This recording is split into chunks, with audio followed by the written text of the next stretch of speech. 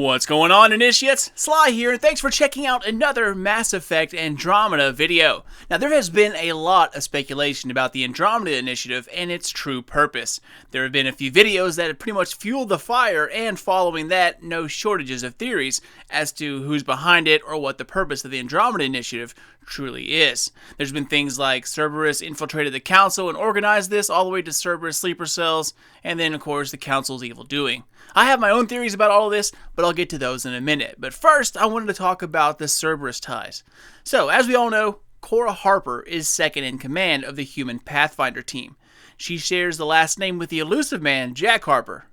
That's it. All the Cerberus speculation stems from just that, and a little bit of wishful thinking. So to explain this in story, Cerberus is the master of infiltration. So they'll just keep the same last name as their criminal boss, and all the given ties that comes along with that, and then plop her down as XO in one of the most expensive projects in history. I mean, come on, there would at least be, at a very minimum, a name change. I think someone at Bioware simply likes the name Harper. I mean, maybe I'll eat my words about this later, and I'll be totally fine with that. Because it's just too easy and too lame of an explanation. I mean, why create a whole new story, a whole new universe, only to bring back a group that the last two games were basically centered around? And on top of that, I'm pretty sure the devs have more than hinted at the fact that Cerberus is no longer with us. Now, like I said, there are a ton of other theories about this, and a good place to look for them is, of course, on the Mass Effect subreddit or on the new BSN forums. But I want to bring speculation to something else. And just so we are clear here, guys, this is completely speculation and in no way based on anything more than studying the information we've been given so far and rewatching the trailers like 15 million times. So I think the Andromeda Initiative could be pulled together for a couple of reasons. First, either Shepard's warnings from the game are heeded, and under the label of exploration, and secretively caution, they send seedlings from the Milky Way to Andromeda to escape the coming attack and to make sure Milky Way species survive no matter what. And if nothing happens, well then that's cool, then they can go and explore. The next reason is that this truly is an exploration of Andromeda. But if that's the case, why send 5 different species? Why not just one ship with a bunch of cohabitated species and they can fan out once they arrive? That's cheaper, easier, and a lot less people to worry about. And finally, the last possibility, the Andromeda Initiative is not what it seems. It's simply a cover used to get us to a certain place in the Andromeda Galaxy. And while I'm not 100% sure which one is true either, it could be that a little bit of all of them came together at just the right moment to make this happen. So what is so special about the Helios cluster? I mean, why there and not the millions of other clusters located within the larger Andromeda Galaxy? I mean, cryostasis is cryostasis. 600 or 1,000 years, it makes no difference. So why not go somewhere else? This cluster was chosen for a reason. And whatever the true nature of the Andromeda Initiative turns out to be, there is a reason why we're going to this cluster alone. And personally, I think it's this right here. Not the planet, not the ship, the webbing everywhere. Now, I'm not sure what this stuff is called, but I think Callow calls it Scorch, as you can see right here. They've got us pinned against the Scorch. They've got us pinned against the Scorch. They've got us pinned against the Scorch.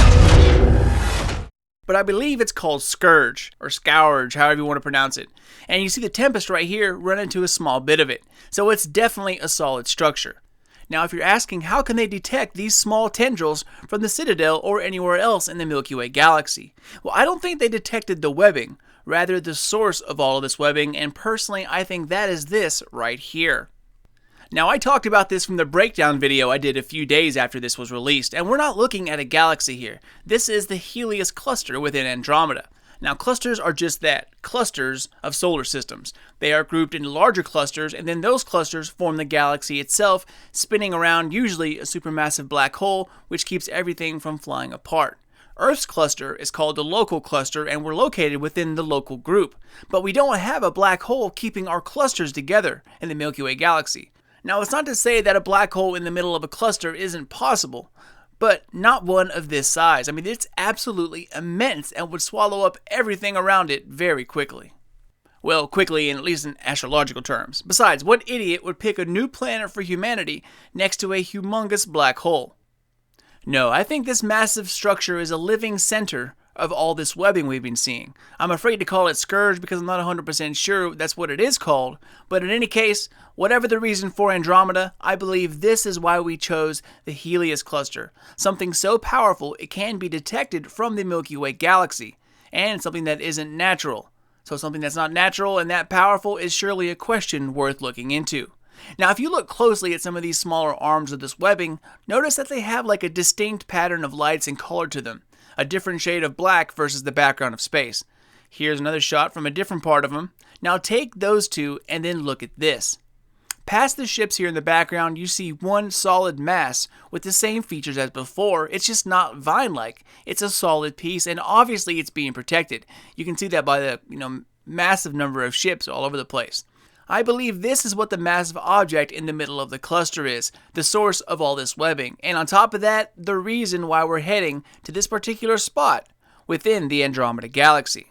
Now, I'm willing to bet that this is the Kett's place of origin, and why other species are cooperating with us instead of battling us, because the Kett are a threat to everyone living within the Helios.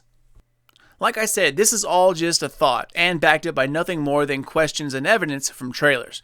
But if you ask yourself why this area, and if the center of the Helios cluster indeed does have a supermassive black hole like smack dab in the middle, why settle or even look in that area if you're trying to find a place to live?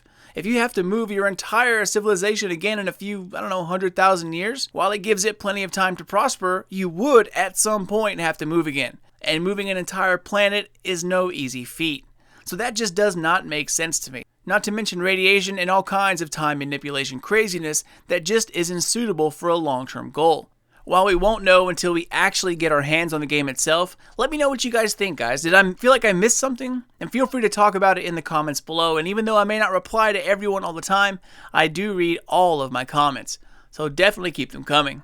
So that's what I think is going on here. I think the Helios was chosen for this reason because it doesn't make sense to find habitation so close to a black hole of that size. So it has to be artificial. And if it were detected back in the Milky Way, it is definitely something we would be investigating.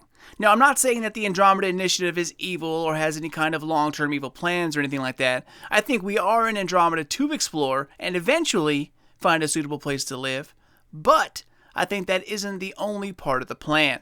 Higher forms of technology could be the real goal behind all of this. We'll find out in less than a month, guys. I don't know about you all, but I am absolutely ready for it. Okay, well, that's it for me, y'all. As always, thank you guys so much for watching, ladies and gentlemen. It's always a pleasure to be able to make videos like this that are set in the same universe that turned me into a gamer in the first place. If you want to see some other theories or join me in the fun, the Mass Effect subreddit or the new Bioware forum is a great place to start, and you'll find the links below if you want to check that out, as well as the trailers I talked about earlier. Feel free to hit me up on Twitter @SlyNation or on Facebook @SlyNationGaming. You'll find the latest news and videos posted there as soon as they are uploaded, so keep an eye out for them. But until then, this is your boy Sly, and I will see you all next time.